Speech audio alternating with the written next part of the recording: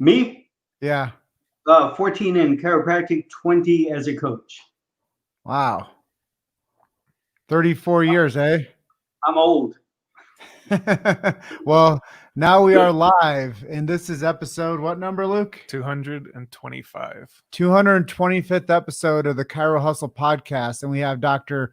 Russ Rosen with us coming in from the California area, and we are coming in from Colorado, and we just want to give you a warm welcome to the Chiro Hustle podcast. Yeah, aloha gang. Good to see you. Yeah, man, and you're typically you live down in Hawaii, correct? I was in Maui for 30 years. I'm here right now helping out with the in-laws and etc. And at some point, I hope to get back to Mother Maui. Absolutely. Well, I always like to open up this conversation on our podcast with the big idea question for each chiropractor. And basically yours is, how did you get into chiropractic?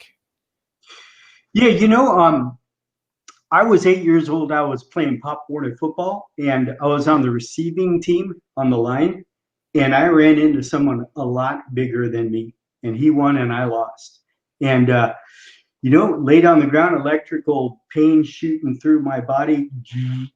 After I woke up because I'd been knocked out for a bit, and a couple of days I could no longer feel anything. I couldn't walk. I couldn't stand. I couldn't do anything. Dad brought me in the hospital. Um, Carried me in. They did a bunch of history and said that they thought I had a brain tumor, that they needed or a bleed, and that they thought that they needed to do exploratory surgery. And my dad said, he was just in this football accident 3 days ago. And what do you think about seeing a chiropractor? And the guy said, well, you could see a chiropractor or a witch doctor for all I care, but if your son doesn't have surgery soon, he'll probably die. And luckily, my dad picked me up, took me to his chiropractor, gave me an adjustment. My eyes immediately opened. I looked in his eyes and went, took a nice deep breath, started having feeling come back again. Unfortunately, that next weekend, I was playing football again. Kind of a goofy thing to do. But yeah, the guy just saved my life. And on the way home from that, I told my parents that that's what I would do when I grew up. That's how it happened. So tell us a little bit about your journey as both a practicing doctor and as a coach. Yeah, I practiced in Maui for about 14 years. I had a wonderful family practice. And then, over there they had tremendous insurance. This is back in 80, 89, 90, 91, 92 area, all the way to 96, well, actually to 2000. And to 96, we had great insurance. So I was a cash-based, subluxation, optimal health-based kind of chiropractor. And then I started getting some of the insurances, which was $100 a visit instead of 25, and $15,000. We get $15,000 without having to write a report. And I got fat and I got lazy and I got rich and I built $1 million home and I had no money left. I mean, I literally had $10,000 left, just built this home. And one day insurance stopped, just stopped, literally one Monday. We had no idea that was coming. And I had lost 50% of my practice, but I lost 75% of my income. And I could just simply not come close to covering my overhead. And that was a pretty scary moment. I had gone to a seminar that next weekend about how we can, sell big care plans for cash. And it was my first experience with what I call patient scare. And I decided, well, I'm not doing that. That I'm not going to do that. I know too much about healing. So the next weekend, I went to a seminar where Pat Gentempo and Chris Kent were at, called Chiropractic Without a Doubt. It was a philosophy-based type seminar. And I got it and I bought it, but I'd had really great philosophy teachers in my life. And, I talked to Pat and he said, look, if you come to the mountain, you come to the seminar, we'll help you straighten this out. You'll find out what the contradictions are that are causing you this pain. And I did, and I got back, and within 90 days, I was seeing more people than I'd ever seen before, 100% cash, and never looked back. So from that moment on in 1996, never took any more insurance, hardly did any marketing. It was almost 100% internal referrals. And then in 1990, in 2000, I left and I started coaching other chiropractors in this same model, which is how do you help people get healthy and stay healthy versus just getting them out of pain? And how do we do it without using scare tactics? How do we communicate in a way so our patients really are empowered and they get what we do and they want what we offer? And so 2000, I started coaching and haven't looked back. Been doing it ever since. So, what are you really passionate about when it comes to sharing information with other chiropractors? Look, I'm passionate about a whole bunch of things. I would say my superpower is helping doctors learn how to communicate with their patients in a way that their patients actually get it. We've all heard the story. If your patients get it, if they got what you do, they want what you want, right? If they get what you do, they'll do what you recommend. I mean, we hear that all the time. And the question is, how do you get them to get it? The reality is there's a massive gap that we need to close. The average person comes in seeing us thinking chiropractors can help me with neck pain, back pain, or headaches. And we understand that we can help them get healthy, stay healthy, and have the best life possible. Well, how do we go about helping them understand that in just a matter of minutes versus lay lectures? So I have really focused on what I call the neuroscience of communications, or what is called the neuroscience of communications. And that's what I personally would love to jump into with you guys, is just the neuroscience of communications, what it's all about. Jim, you and I had a phenomenal conversation. I forget how long it went. It was like an hour and a half or something about this exact subject. And that's where I like, to really help docs out. Actually, Russ, I think it was an entire day. We talked for 24 straight hours, and we didn't eat or drink anything. We just kind of just set aside the entire day and watched the sunrise and the sunset. And I don't even think we had a nap that day. Yeah, it was special. It was really, I got off the phone and talked to my wife, like, wow. I was so inspired by that conversation. So that's really where I'd like to go in this conversation and share it with the docs and let them take these concepts and bring it right back to their practice today and see how it works for them.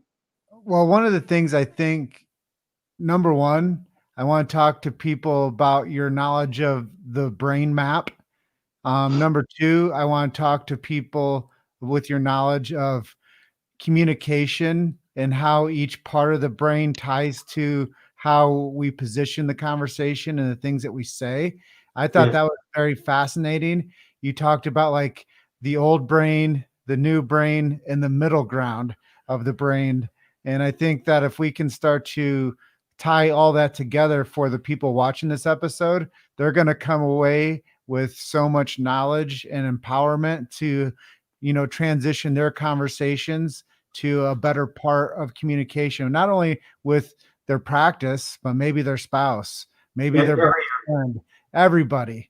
yeah, So these are dinner table like strategies. These are inline strategies. These are inside of the office strategies.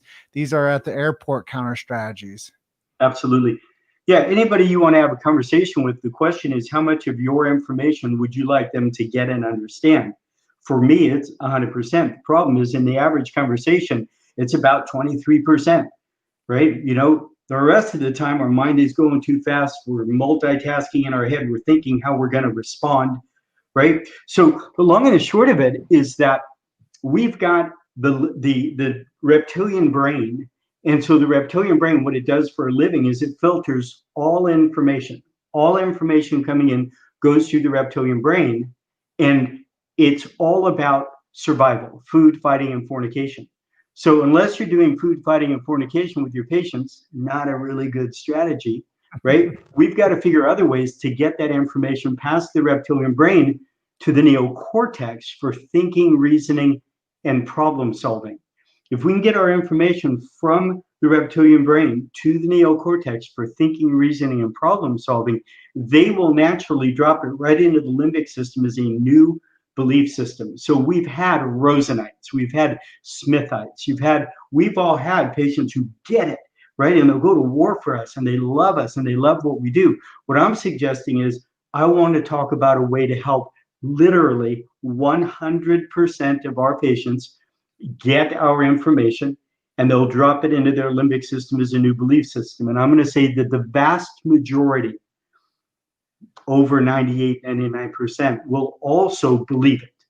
Right? I can't guarantee that they're going to believe it if they understand it, but I'm going to suggest the vast majority will believe it, and then they'll become lifetime patients. Well, the part that I have to disagree with is that the food part. If anybody has baked goods, send them my way. Don't send them to Russ. Definitely. I don't need those. Thank you.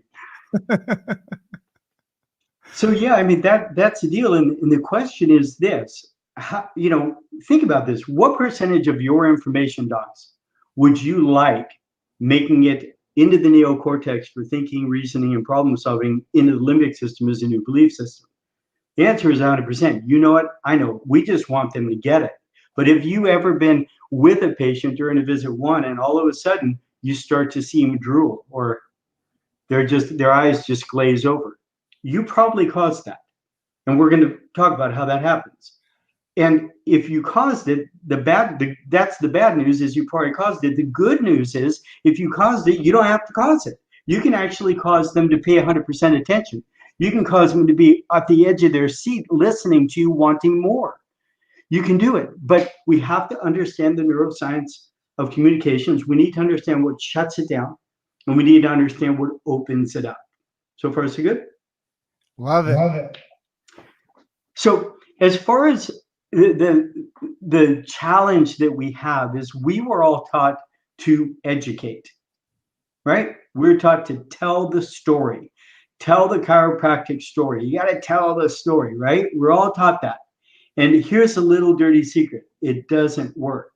How do I know? 1895, 2020. We're still where we're at. If everyone really got what we did, we wouldn't be in the position that we're in. I'm positive that. From the neuroscience of communications, I know that when the reptilian brain is filtering out information, if I can't figure a way to get it up to the neocortex, game over. So what we were taught was for me to speak to Jim's neocortex. I need to speak from my neocortex to Luke's neocortex for thinking, reasoning, and problem solving. And it doesn't work. It's how we were all taught, but it doesn't work. What we need to do is to speak from our neocortex to their reptilian brain. If I can engage your reptilian brain, you will send it to the neocortex. Think about this. You've got new parents, okay? They got a baby. They're in a apartment in New York, and there's trains going by, and there's sirens going by, and they're sleeping just fine. And then they hear their baby cry, and it wakes them up. How did that happen? Because the reptilian brain, which is all about what, guys? Fighting, food, or fornication. Yeah, it's about food, fighting, and fornication. It's about survival. That's what it's about. So I now know I can sleep with all that noise going on. I'm safe. But my baby cries, survival. I wake up, right? I was laying in bed one night back when I had a full mane of hair, and I was in Maui, and we got gnarly centipedes. We got some centipedes like this. And I remember I was sleeping, and all of a sudden I had a dream about like prehistoric times. And I went like this, and I went like this, and I turned on the light, and there was a centipede that big that I just pulled out of my hair. That was my reptilian brain going, dude, wake up, right? This is important. You're going to want to know about this, right? You ever sit in class, and I'll ask you guys here because I know what's happened. You sit in class and you hear, wah, wah, wah, wah. That's your teacher. Wah, wah, wah. And you're going, God, it's beautiful outside. Oh, I wish I was surfing. And then you hear, and that'll be on the test. Okay, everybody, you hear all the papers doing this, right? It woke everybody up. You didn't hear any of what the teacher was droning on about until they said, and that'll be on the test. That's your reptilian brain sending the information to the neocortex. So do we get how important it is to speak to the reptilian brain so it will send the information to the neocortex? Does that make sense? Yeah. Okay, so let's apply that. Let's apply that to real life. Here's what I know is true. Your patients don't care about chiropractic. They don't care about D.D. Palmer. They don't care about his wife Ruth and his dog Flet. They don't care about your technique guru. They don't care about, okay, now this is heresy, I understand it. They don't care about their spine. They don't care about the subluxation. They don't care. What do they care about? Jim, Luke, what do they care about? Getting out of pain. Yeah, they care about getting out of pain. They may care about the subluxation or their spine in relationship to their pain, right?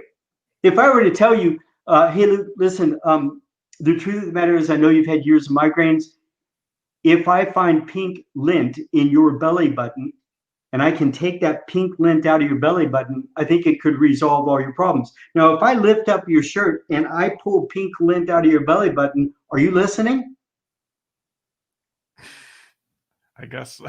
Yeah, you're definitely listening because this can help with what you care about. You don't care about pink lint. You don't care about belly buttons. You don't care about spines. You don't care about subluxations until it applies to your story. When it applies to your story, you now care. You guys with me on this? Yeah? Is that a real yeah? Yep. All right. So Is this going to be on the test? it is going to be there is going to be a test at the end. Absolutely. So what I need to do is I need to learn to draw out their information. I need to draw the story out of them. And then I need to take my story, chiropractic, tell the story. I need to apply my story to their story. They'll think about it. It'll make sense. They'll drop it right into the limbic system as a new belief system. And it will now be their belief system. It won't be he's trying to tell me this. It won't be she's twisting my arm. It will be their new belief system. I recently had an interesting experience. I used to study with Dick Versendahl, bless his heart, he passed in 14. But I used to study with him in the late 80s, early 90s. And then I hadn't been around that stuff for quite some time. And then I recently just got to edit a book that his wonderful daughter wrote about his work about 6 months ago. And as I was editing the book, I recognized that 90% of what I know to be true about the healing process and how to be a great chiropractor came from him. Probably about 90% of these concepts and these ideas. And I've had great mentors throughout my years. And I was shocked. I thought they were my ideas. But what I did was I took his information as well as all my other mentors, ate them up, digested them, assimilated them, and they became mine. And this is how you do it. When you speak to their reptilian brain, and you get their story and you apply your story to their story, this is now their story. You guys with me on that? Are you buying this, or is that too far-fetched? That makes sense to me. Yeah, Jimmy, you take information that you share with people, and then you apply technique for them to remember, and then they say, "Wow, this is pretty important. I should probably believe in this." Yep, that's it. It's they already believe in their story. You've just added some color to their story, and now it's their story. But now my story includes subluxation. Now my story includes nerve interference. Now my story includes if I'm not getting proper nerve supply. Now my story includes you can help me get healthy and stay healthy. But that's my story as a patient.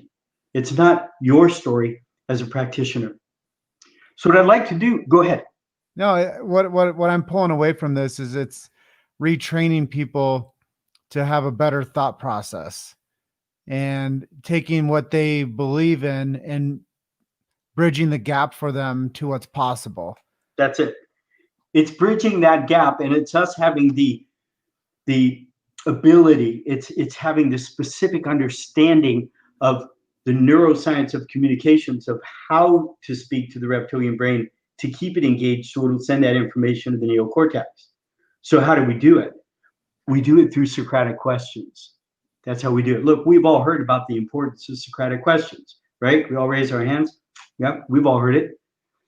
The question is, why do Socratic questions work so much? So if I were to ask you, Luke, let me ask you a question.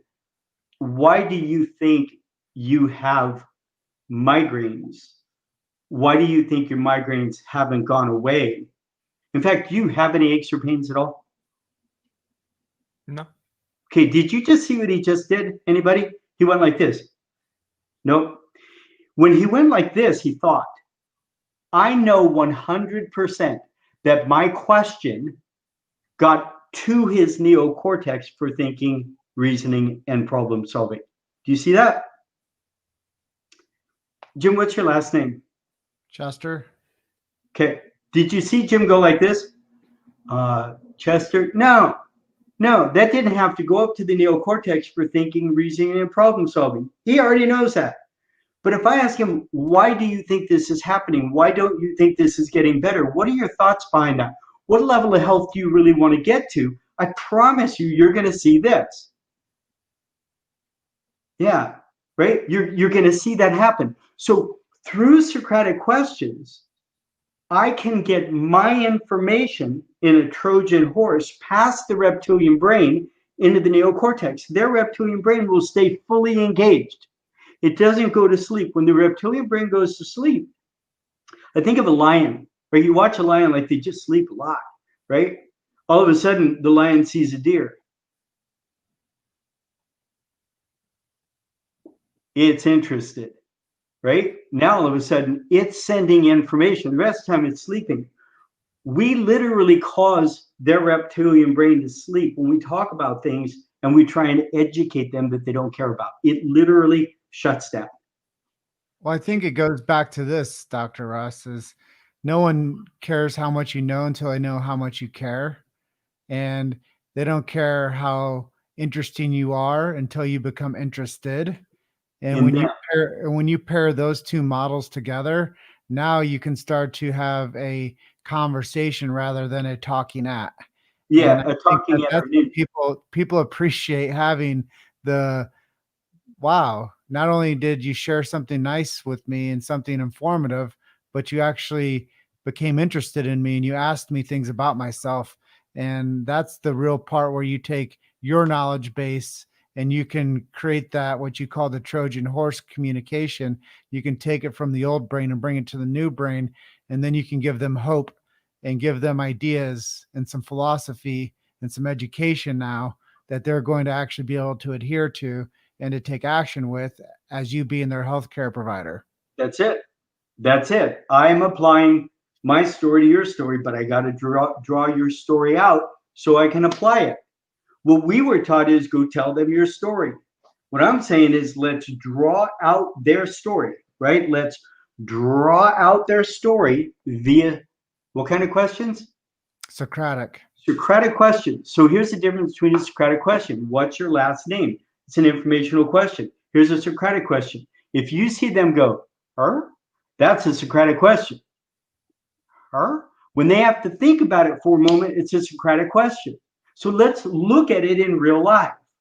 Okay, let's look at a consult. Let's look at an exam. Let's look at a report of findings. And obviously, I have 15 hours on this content. We can't do all of it, but let's dive into it so we can start to get an understanding of it. All right, so in a consultation, I believe that the first thing you want to do, and this is nothing new, you've all heard this before, I believe the first thing we want to do is build rapport with them. Now, it's going to take about 15 seconds, the way I recommend doing it. But here's my question to you guys. From a neuroscience communications perspective, what would be the value of building rapport first? Well, when you build rapport with somebody, that means that you're paying attention to them. Okay.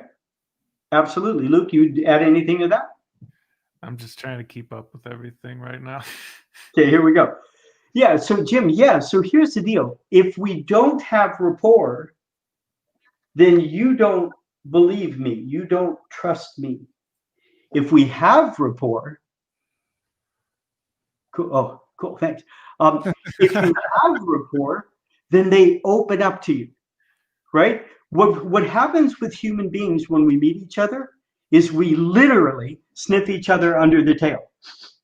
That's what we're doing. When we meet each other, we are sniffing each other under the table and we're saying friend or foe. If it's foe, we're in the amygdala. The amygdala is fight or flight. No information makes it up to the neocortex for thinking and reasoning. I don't need to think about how big that lion is and how much it weighs. I need to run. That's the amygdala. So when I do that and I say friend or foe, if it's foe, we're in trouble. If it's friend, it opens up. So I want to build rapport. Next thing I want to do is relieve concerns and fears. Why do I want to relieve concerns and fears? Guys?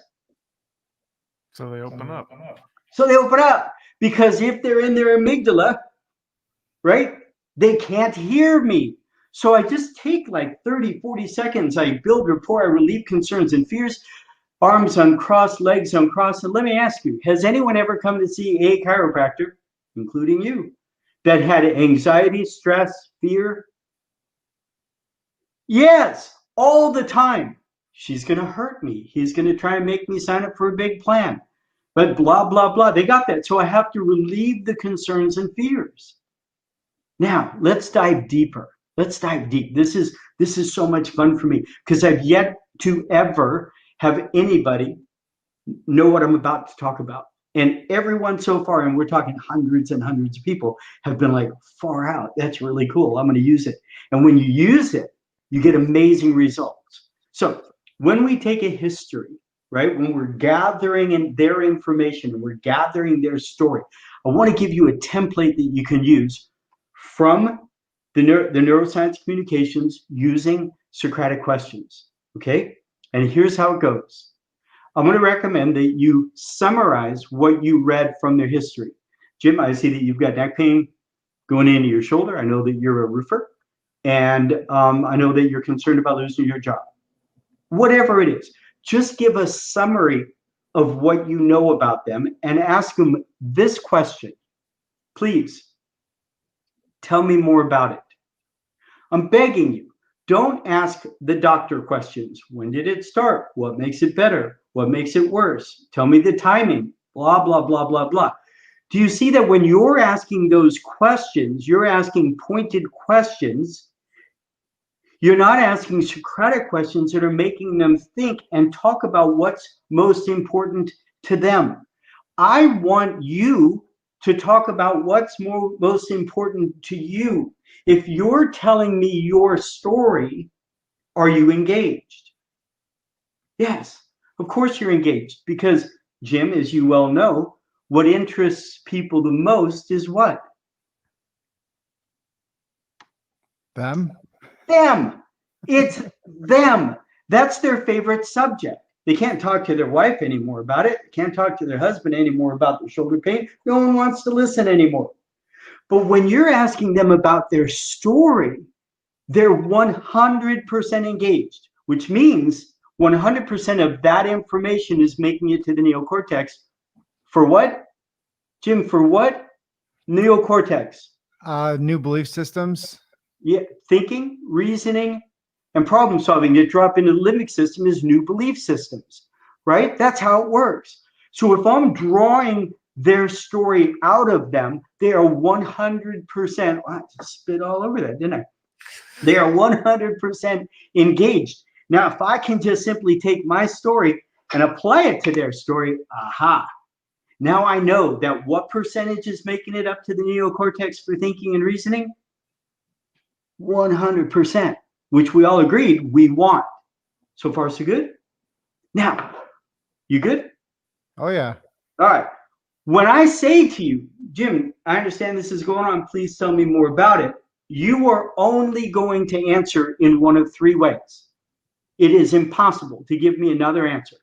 These three possibilities are you will talk about your diagnosis or lack of diagnosis, you will talk about your pain, or you will talk about how your pain affects your life. I will not say, Jim, I understand that you got this shoulder pain, it's affecting you, you're concerned about losing your job. Tell me more about it. And you say, blue Corvette. It's not going to happen. There are only three possible answers: diagnosis or lack of diagnosis, pain, how does it affect your life? Now, regardless of what they say, I want you to understand that this is a story that we're starting to have with them. We're having a conversation. There's nothing to memorize. It's just heart-to-heart, authentic story conversation. But I know where it's going. I know where this is being led because I'm leading it. They won't feel it, but that's what's happening.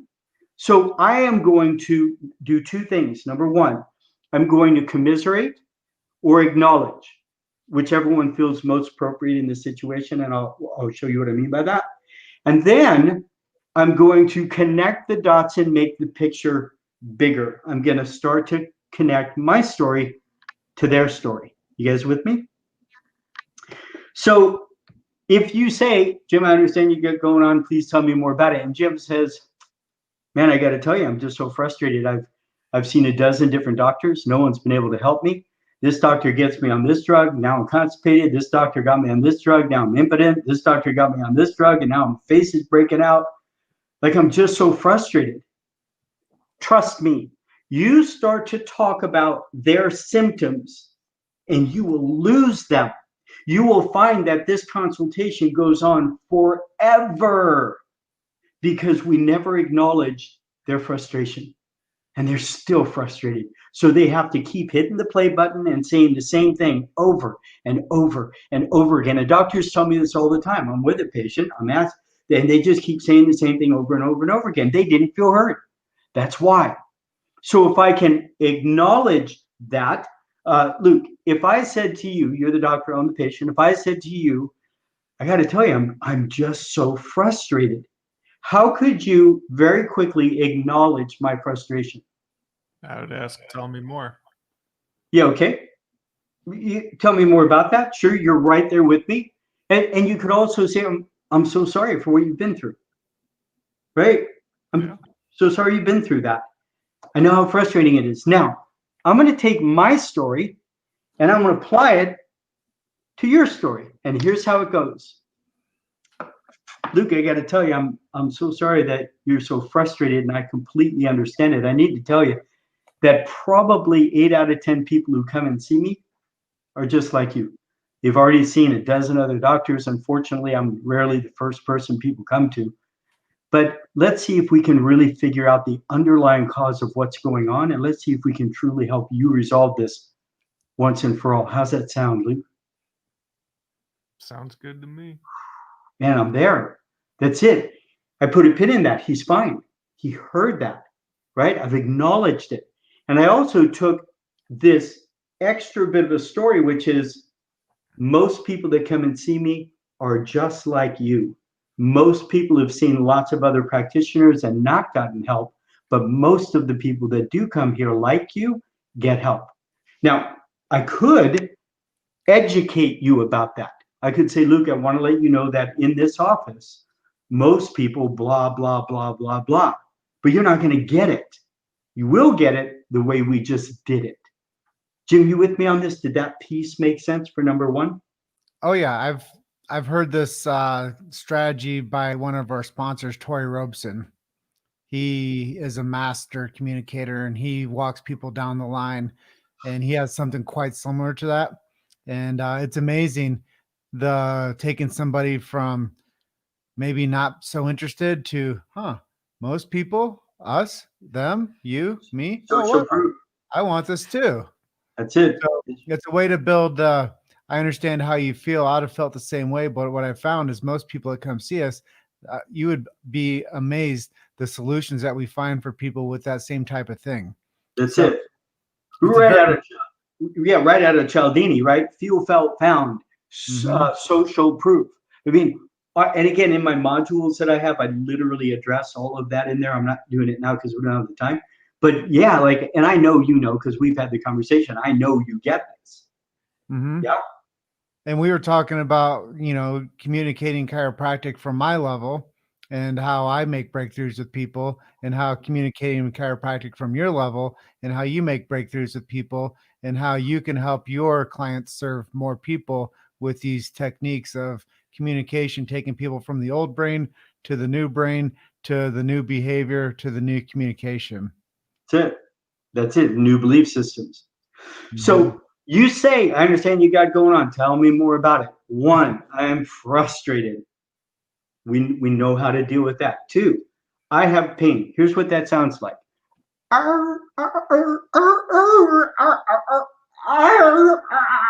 That's what it sounds like. I have pain, right? And how do you handle that? So sorry to hear that, right? Acknowledge or commiserate. OPQRST of pain. Everybody knows that. When did it start? What makes it better? What makes it worse? You're going to do that. You're a doctor. You do it all the time. Great. That's easy.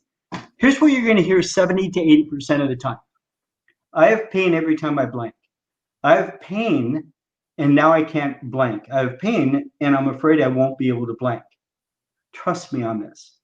They don't want to talk about their pain. What do they want to talk about? Blank. That's what they want to talk about. I have pain and I can't serve. I have pain and I'm afraid I'm going to have to quit my job. I have pain and I'm afraid my wife will leave me. That's what they want to talk about. That's their story. And if you want to draw their story out of them so that you can apply your story to them, talk about blank. So here's how we do it. I'm going to acknowledge, so sorry to hear that. And then I'm going to have a conversation along this continuum. Okay? I'm going to talk about performance. I'm going to talk about I might be having to do it less, or I am having to do it less. And then I'm going to talk about I might have to quit altogether, or I've already had to quit altogether. Now, when we're talking about this continuum, I am going to add my story to that. And it's going to go right under the radar, and it will be their story. And they will walk out and say to their spouse, I just don't want to get feeling better so I can golf again. I really want to resolve this once and for all so I can get healthy and stay healthy. I promise you, that's what they will say. That'll be their story, and it's going to take us moments to get there. So pause. We're just going to take a look at in the report of findings. So I'm going to recommend we talk to our patients and we talk about -10, path to optimal health. Path to optimal health. -10 means near death. And how do we know it's near death? Because you're in hospice care. Okay, 0, which means you feel comfortable. And how do we know it? Because you feel good. But if we redid all your tests, they wouldn't be clear. You're not functioning at your optimum. And then there's +10, which means you're as healthy as you can be. How do we know? All the tests are clear, right? You're vibrant. You're as healthy as you can be. So this is seeds I'm starting to plant. So when I do get here and in the report of findings, I say, so you got a choice, right? You can do this or somewhere in between. What do you want? It's not even a question. There's no manipulation. They just go, well, of course I want to get healthy. Of course I want to resolve this because we've planted these ideas in here starting right now. So far, so good? Mm-hmm. Yep. Okay. So I don't care whether you are work, play, or home. The story is exactly the same. Work. I don't care if you're swinging a hammer. Play. I don't care if you're swinging a golf club. Home. I don't care if you're swinging your grandchild. It doesn't matter. This story, remember, there's nothing to memorize. It's just a story, just a conversation. This story applies regardless. Okay? So let's have fun. Let's play with this. Luke, talk to me about the performance of, let's say, a roofer. What does a roofer do? He put on top of houses. Good. He puts roofs on top of houses. And tell me what he's doing on the job. Probably sawing wood and hammering nails. Yeah, I'm bending over, swinging hammer. I'm carrying shingles up to roofs. So if I'm going to talk to a roofer about is it affecting your performance, all I have to do is imagine what a roofer does. Imagine what a podcast host does. So I would assume as a podcast host, you need to be able to sit and be very present with the person you're doing it with so that you can ask appropriate questions and have a good conversation with them and be engaging. And when you have this pounding headache, how is that affecting you on the job? It's a very different question than, hey, how's this affecting your life? We've all asked that question and we get a hurt. Not a good question. How's this affecting you on the job? Most common answer from a man. I can handle it. Now where do you go? There's nowhere to go with it, right? As a teacher. So what do teachers do? Anyway, we'll say, Jim, or you pick a profession. Pick a profession, any profession. Baseball. Baseball player. What does a baseball player have to do performance-wise? Throw, catch, hit. Yeah, throw, catch, hit, run, move, right? And when you've got this terrible low back pain, how is that affecting your ability to throw, catch, hit, move? Do you see what a different question that is? Yeah? So I'm going to talk about their performance. How is it affecting their performance? It's going to make it real for them. Now I'm going to go in this direction and I'm going to talk about performance less than. So, Jim, let me ask you a question. Are you concerned that if this were to progressively worsen, that you're going to have to play less? Or, Jim, let me ask you a question. Have you had to miss some games? Or, Jim, let me ask you a question. Have you had to miss some practice, or are you concerned that you're going to miss some? Do you see? It's just, are you concerned that you're going to have to do less, or have you already done less, right? We got to bring them out of the river in Egypt called denial, right? And we got to help them understand. Now, that's very different than me ruining you, right? We've all been exposed to that. I'm going to ruin you, and I'm going to make a mountain out of a molehill, and I'm going to help you understand that this is going to progressively worsen. And what if this progressively worsens and people feel manipulated? I'm not doing that. I literally am curious as to whether you, Jim, are concerned that you're going to have to play less. It's just a genuine concern. That same conversation leads to, and if that were to progressively worsen, this is my story. If this were to progressively worsen, are you concerned that you might have to stop altogether? And they will go like this. Yeah. So if I understand it correctly, Jim, you don't just want to get feeling better so you can continue to play baseball. You would like to resolve this once and for all so you can continue to play baseball. Jim, is that true? Yes. I'm home. That's all that needed to happen in that part of the consultation. That's it. Now, I know you're thinking, what happens if they say no? Yeah, okay. So I said to Jim, is this, he said, he's here and it's really affecting his baseball. And I said, all right, tell me more about how it's affecting your baseball. And he says this to me. Oh, yeah, I just wrote that down. Back when I was a kid, one time that happened, but it's really not a problem now at all. Am I now going to say, are you concerned you're going to have to quit baseball? Dude, be stupid. Instead, I need to find out why Jim is here right now. I literally need to know, why are you here right now? Jim, what question could I ask to find out why they're here right now? Did you injure yourself? Okay, yes, and those are all the doctor questions that we can ask, and I'm with you 100%. But here's the deal. $1 million question. Hey, Jim, let me ask you a question. Clearly, baseball is not why you're here. Why now? Why are you here right now? I promise you the next words out of their mouth are why they're here right now. Well, I'm not worried about baseball. I'm worried about my job. I'm not worried about my job. My dad had this, ended up having a surgery and died. I'm not worried about that. I'm worried about being hunched over like my mother. I want to get to the core issue. I want to get to why they're here right now as soon as possible. And I'm telling you, done this way, 3, 4, 5 minutes, you can find it. Now, exact same thing, swinging a golf club just for fun. Luke, if we're talking performance of a golfer, what questions might I ask a golfer about performance? How is this affecting your range of motion? Yep. And that might affect your short game. It might affect your long game. And for a golfer, the number one question I'm definitely going to ask him is, how is it affecting your Swing? score? Yeah, your score. Because golfers, man, that's a big deal. How's it affecting your score? That's performance. Performance of picking up your grandchild. It's all the same thing. It's all the same thing. It's just a story.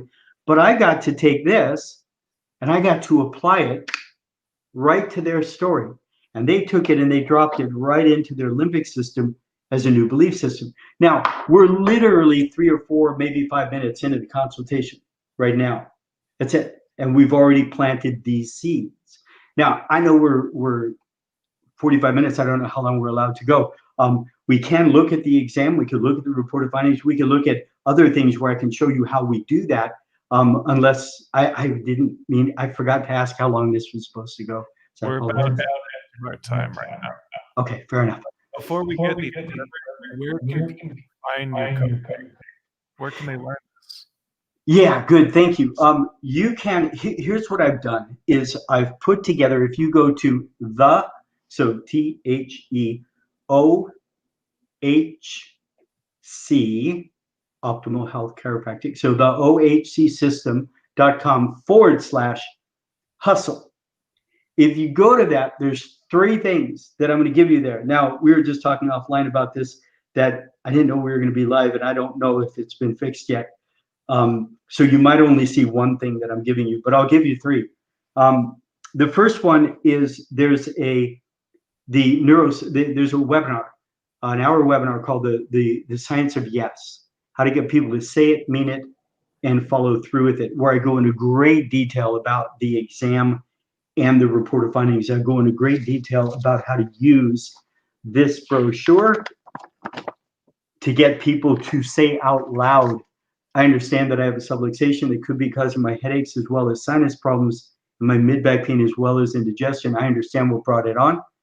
I understand what will happen if I don't get it taken care of. And if I do, wow, I can not only feel better and prevent problems in the future, but I literally can have a better life. I get that this is a health problem. It's not a back problem. And I understand that you can help me get healthy and stay healthy. Okay. And so I show you exactly how to do that. You know, it'll take 3-4 minutes in real time.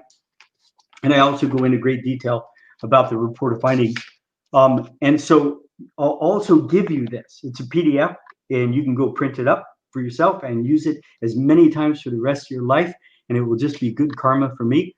And the last thing that you get on there is if you're serious about growth and you'd like to see how I might be able to help you, I give you a link that you can go for a full hour strategy call with me. So you fill out a detailed questionnaire and we look at where you're at, where you might want to get to, and then we see if I can help you. If you go to the link and that isn't fixed yet, and all you see is that Science of Yes, just email me and I will personally send you these other 2 things. So my bad on this. But Dr. Rosen, DrRosen at the ohcsystem.com, and I will send you those other things. We make sure that link gets posted for sure. Please. And before we wrap up today, is it okay if I do a quick speed round with you and ask you some of our core questions? Yeah, let it rip. So who is maybe some of your chiropractic heroes? Well, I mean, look, obviously, BJ and Didi, obviously, but Pat Tempo is one of my all-time heroes of all time as a human being and as a chiropractor. Christopher Kent, all-time heroes. And then, you know, I'm a technique freak. So all of my technique gurus, Ted Mortar, Dick Versendahl, Donnie Epstein, George Gonzalez, John Turner, Scott Walker, these people have dramatically changed my lives. So if you could take one person from all of history to have a cup of coffee with, who would it be? One person through all of history. Oh, goodness. I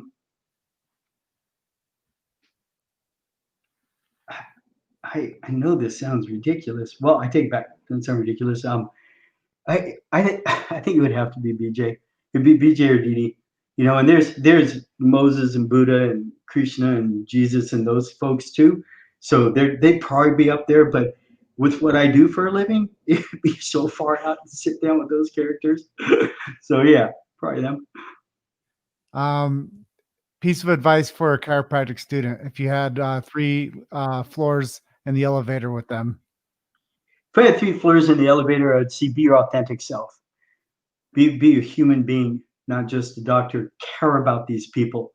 Don't allow yourself to slip into manipulation. Always be honest and have integrity. And when you're with them, find the zone. When you find the zone and when you're in that magical spot, magic happens. And you want to get magic with your patients. You want to have magical responses. And I can tell you all kinds of stories of things I've seen that will blow your mind. It's going to become because you didn't have this, but you opened up and you were guided by them. Right? Let their innate wisdom guide you, and you'll be amazed at what happens. Should chiropractic students pick their college based on geographic location? Look, here's the deal. I'm going through this with my daughter right now because she's going to be going to chiropractic school. Yes and no.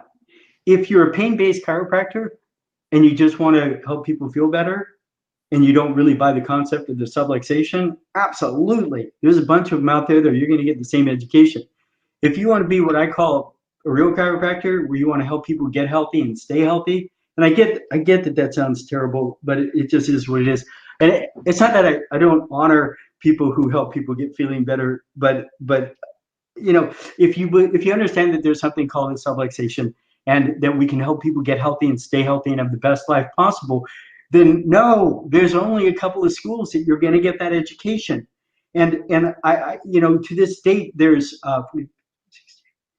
53. Okay, to this date, I have a chiropractor who started working with me 53 years in practice, never having made it. 53 years in practice, having misery. And once he got these concepts and understood what a real subluxation is, et cetera, and he started having the life of his dreams, right? He was like, dang, I wish I would have known that earlier. So no, I'd find one of the great schools out there, and there's only a couple, and go to one of those.